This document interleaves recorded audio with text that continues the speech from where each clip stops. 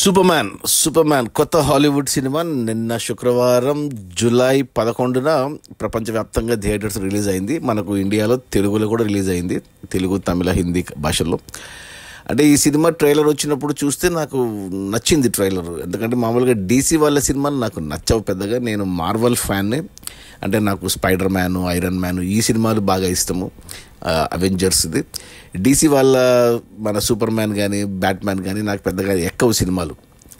But ఈ cinema trailer చూసినప్పుడు ఎందుకు నచ్చింది. ట్రైలర్ చూసినప్పుడు చాలా కొత్తగా అనిపించింది, అంటే అవెంజర్స్ మూవీలాగే అనిపించింది అనమాట. ఆ ఇంపాక్ట్ వచ్చింది. సో చూద్దామని చూశాను.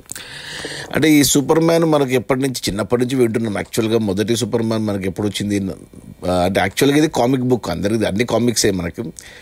హాలీవుడ్ సినిమాలు 48లో వచ్చింది మొదటి సినిమా, తర్వాత 50లో రెండో సినిమా, 51లో మూడో సినిమా. మొదటి 3 సినిమాలు సూపర్ మ్యాన్ వల్ల వచ్చాయి. ఆ తర్వాత మళ్ళీ 78లో వచ్చింది. అంటే ప్రతి సినిమాకు స్పైడర్ మ్యాన్ యాక్టర్ మారుతూ ఉంటాడు, సూపర్ మ్యాన్ యాక్టర్ మారుతూ ఉంటాడు. బట్ 78లో వచ్చిన సూపర్ మ్యాన్ క్రిస్టఫర్ రీవ్, అతను చాలా ఫేమస్ సూపర్ మ్యాన్గా. అతని సినిమాలు వరుసగా 78లో ఒకటి, super man 1, super man 2 and super man 3 83లో. ఈ 3 అసలు పెద్ద హిట్స్. అప్పుడే మనకు తెలుగులో ఎన్టీఆర్ కూడా సూపర్ మ్యాన్ ఒక సినిమా చేశాడు. సో క్రిస్టఫర్ రీవ్ చాలా ఫేమస్. అతను చనిపోయాడు కూడా, గుర్రంపై నుంచి పడి వెన్నపూస ఇరిగి అతను చనిపోయాడు, అది అందరికీ తెలుసు. ఆ తర్వాత మళ్ళీ అప్పటికి 6 సినిమాలు అయిపోయాయి మనకు. మళ్ళీ ఈ జనరేషన్కి వచ్చేసరికి మనకు వచ్చేసి మొదటి సూపర్ మ్యాన్ అంటే సూపర్ మ్యాన్ 4 కూడా వచ్చింది 87లో, క్రిస్టఫర్ రీవే దానికి కూడా. ఆ తర్వాత మనకు 2006లో వచ్చింది సూపర్ మ్యాన్ రిటర్న్స్ అనేసి. ఆ కొత్త హీరో అతను క్రిస్టఫర్ రీవ్ గారు దాంట్లో సూపర్ మ్యాన్. ఆ తర్వాత మళ్ళీ 2006లోనే ఇంకొకటి వచ్చింది సూపర్ మ్యాన్ 2 అనేసి, దాంట్లో మళ్ళీ క్రిస్టఫర్ రీవ్ చేశాడనమాట. ఆ తర్వాత ఇక అంతే, క్రిస్టఫర్ రీవ్ చేసింది అక్కడికే. ఇక తర్వాత మనకు ఇప్పుడు అంటే ఈ జనరేషన్కి తగ్గట్టు వచ్చిన సినిమాలు 2013లో స్టార్ట్ అయింది మ్యాన్ ఆఫ్ స్టీల్ అనేసి. దాంట్లో జాక్ స్నైడర్ ఇతను చాలా పాపులర్ అయ్యాడు సూపర్ మ్యాన్గా.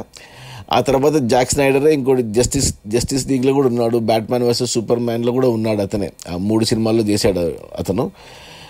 ఆ తర్వాత 21లో వచ్చింది జాక్ స్నైడర్ జస్టిస్ లీగ్ అనేసి. ఇక అంతే, ఇవన్నీ అంటే మనకు క్రిస్టఫర్ రీవ్ తర్వాత అంత పాపులర్ అయింది సూపర్ మ్యాన్గా జాక్ స్నైడరే. ఇప్పుడు 4 ఏళ్ల తర్వాత మనకు మళ్ళా ఇది సూపర్ మ్యాన్. ఇది వచ్చేసి డైరెక్టర్ మెయిన్ జేమ్స్ గన్ అనేసి, అతను వచ్చేసి మనకు DC cinema guardians of the Galaxy director అతను. సో అందువల్ల సినిమా బాగుంది అనిపించింది నాకు, అంటే ట్రైలర్ చూశాక. ఇక సినిమా చూస్తే మొదటి ఓపెనింగ్ షాటే మనకు ట్రైలర్ ఏదో చూపించారు, అంటే స్పైడర్ మ్యాన్ బాగా దెబ్బతిని పడిపోయినట్టు స్నోలో చూపిస్తారు.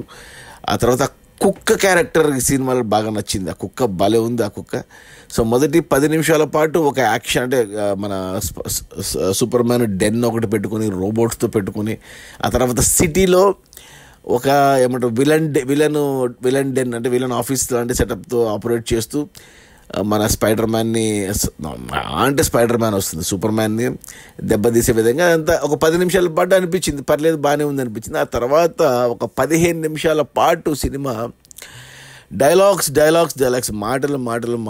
దానికి తోడు హీరోయిన్ కూడా చాలా బాగుంది. అసలు మెయిన్ హీరో చాలా బాగా నచ్చాడు నాకు, సూపర్ మ్యాన్గా తీసిన అతను డేవిడ్ కారెన్ స్వెట్ అనేసి. అతను భలే ఉన్నాడు అసలు, ఆ సూట్లో ఆ ఫేసు చాలా హ్యాండ్సమ్ ఉన్నాడు, ఆ కళ్ళు ఏంటి అసలు భలే సెట్ అయ్యాడు. ఇక హీరోయిన్గా కూడా ఎవరు అమ్మాయి భలే ఉంది అనిపించింది, ఆ లాంగ్ ఫేస్ అంటే ఫేసు కోల ముఖంతో భలే ఉంది. కానీ హీరోయిన్ ఎంతసేపు డిస్కషన్ అంటే అబ్బా మాటలు. ప్లస్ అక్కడ మనకు వాళ్ళిద్దరి ఇంకా హాలీవుడ్ సినిమాలు అంటే ఇక ఈ మూతులు నాక్కునే సీన్లు ఉంటాయి. అసలు ఈ సినిమాకి ఫ్యామిలీతో వెళ్తాం, సూపర్ మ్యాన్ అంటే చిన్నపిల్లలు కూడా వస్తారు, అవసరం లేదు. అనవసరంగా హీరోయిన్ మధ్యన అంత పెద్ద ముద్దు సీన్ పెట్టడం స్టార్టింగ్లోనే కొద్దిగా ఇబ్బంది పెట్టింది నాకు.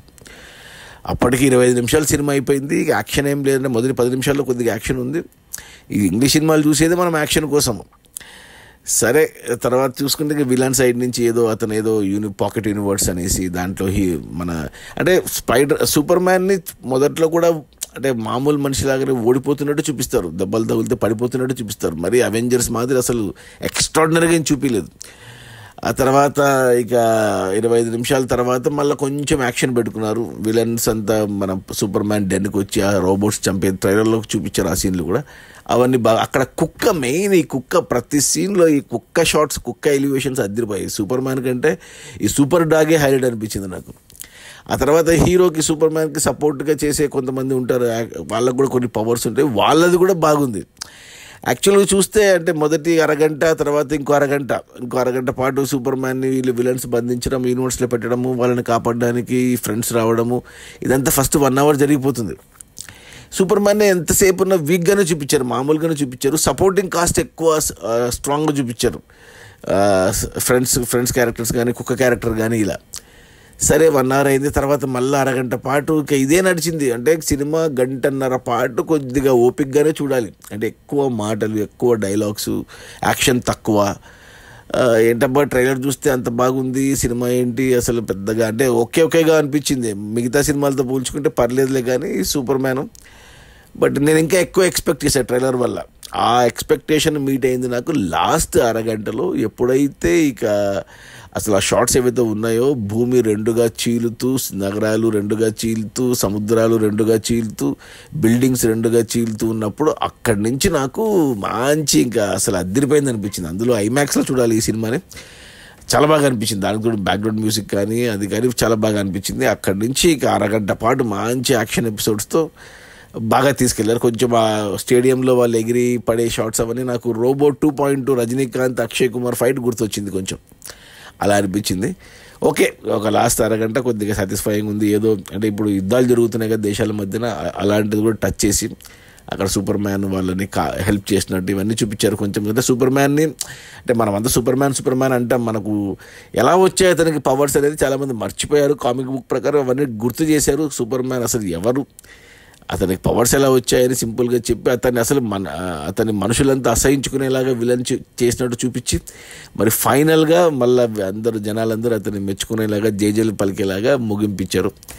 సో నచ్చింది. ఓకే, నేను చెప్పాను కదా నేను Avenger fan, Marvel fan. DC సినిమాని అస్సలు నచ్చవు నాకు. ఆ కలర్ ప్యాలెట్ కానీ అందుకు డల్గా గ్రూమీగా బ్లాక్గా ఉంటాయి.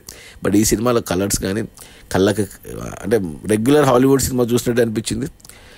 సో ఖచ్చితంగా చూడండి. మళ్ళీ క్లైమాక్స్లో కూడా మళ్ళీ హీరోయిన్తో మళ్ళీ ఈ మూతులు నాకునే ఉన్నాయి. వాళ్ళకి తెలియదా ఈ పిల్లలు చూస్తారనేసి. అవెంజర్స్లో ఇలాంటివి పెట్టరు, అదే తేడా. అవి కట్ చేయాలి యాక్చువల్ చెప్పాలంటే. స్టార్టింగ్లో ముద్దు సీను, ఎండింగ్లో ముద్దు సీను, ఈ 2 సీన్లు తీసేస్తే పిల్లలతో కూడా హ్యాపీగా ఎంజాయ్ చేయొచ్చు. అదర్వైజ్ ఆ కుక్క వల్ల పిల్లలు బాగా ఎంజాయ్ చేస్తారు. మనం కూడా సూపర్ మ్యాన్, నేనైతే అన్ని సినిమాలు కాదులే, నేను సూపర్ మ్యాన్ 2006 నుంచి చూస్తున్నాను. 2010 మ్యాన్ ఆఫ్ స్టీల్ అన్నీ చూశాను. అంటే ఇప్పటికి ఇది 10వ సినిమా సూపర్ మ్యాన్ మీద. సో మొదటి 6 సినిమాలు తీసేస్తే 6-7 సినిమాలు, 3 సినిమాలు చూశాను. ఇది 4వ సినిమా నాకు సూపర్ మ్యాన్ది. సో అది మన జేమ్స్ గన్ కొత్త సినిమా సూపర్ మ్యాన్, తెలుగులో కూడా ఉంది. నేను ఇంగ్లీష్ ఒరిజినల్ చూశాను ఐమాక్స్లో. మీరు కుదిరితే తెలుగులో చూస్తే బాగా అర్థమైంది, ఎందుకంటే మాటలు ఎక్కువ ఉన్నాయి, డైలాగ్స్ ఎక్కువ ఉన్నాయి. సో ఇంగ్లీష్ అర్థం కాకపోతే తెలుగులో చూడండి, ఇంగ్లీష్ అర్థమైతే ఐమాక్స్లో ఒరిజినల్లో చూడండి. అది చెప్పాను కదా, 2 ముద్దు సీన్లు పక్కన పెట్టేస్తే సినిమా ఏమి ఇబ్బంది పెట్టదు. మరీ అవెంజర్స్ రేంజ్ ఎక్స్పెక్ట్ చేయొద్దు, యాక్షన్ కానీ గ్రాఫిక్స్ కానీ. బట్ ఉన్నంతలో పర్లేదు. డీసీ సినిమాల వరకు కంపేర్ చేసుకుంటే బాగుంది. ఈ మధ్య ఈ సినిమా అంటే డీసీ సినిమాలు ఈ మధ్య బాగుంటున్నాయి. మన అవెంజర్స్ మూవీ అంటున్నాం, మన మార్వెల్ మూవీస్ కొద్దిగా డిప్ అవుతూ ఉన్నాయి, అంత ఎక్సైట్ చేయట్లేదు. ఇప్పుడు ఈ డీసీ వాళ్ళు పైకి లేసేటట్టు కనపడుతున్నారు ఈ సూపర్ మ్యాన్తో. మరి చూడాలి, మరి త్వరలోనే నెక్స్ట్ వీకే ఉంది మనకు ఫెంటాస్టిక్ 4 కూడా ఉంది మనకు మార్వెల్ నుంచి. మరి చూడాలి. లాస్ట్ వీక్ మనకు జురాసిక్ వరల్డ్ వచ్చింది, ఆ పైన F1 వచ్చింది, ఆ పైన అదేది 6 మిషన్ ఇది ఇంపాసిబుల్ ఏదో ఫైనల్ డెస్టినేషన్ వచ్చింది. ఇలా వరుస పెట్టి హాలీవుడ్ సినిమాలు దండయాత్ర చేస్తున్నాయి. ప్రతి వారం ఏదో ఒక పెద్ద సినిమా, ఏదో మంచి సినిమానే వస్తుంది. అన్నీ చూస్తున్నాయి ఈ మధ్య. ఇప్పుడు మన తెలుగు, తమిళ, హిందీ, కన్నడ, మలయాళ సినిమాల కంటే ఈ హాలీవుడ్ సినిమాలే రాజ్యం వెళ్తున్నాయి అనిపిస్తుంది నాకు. మరి ఈ ట్రెండ్ ఎప్పుడు అవుతుందో చూడాలి. ఇక ఫెంటాస్టిక్ 4 తర్వాత నాకు తెలిసి ఏం పెద్దవి లేవు అనుకుంటా. సమ్మర్ హాలిడేస్ అయిపోతే ఇక అయిపోతుంది. బట్ ఈ సినిమా సూపర్ మ్యాన్ చూడండి, థియేటర్స్లో ఉంది. కుదిరితే ఐమాక్స్, కుదిరితే తెలుగులో. నా రేటింగ్ వచ్చి 3/5 గుడ్ అని చెప్తాను. Okay, bye.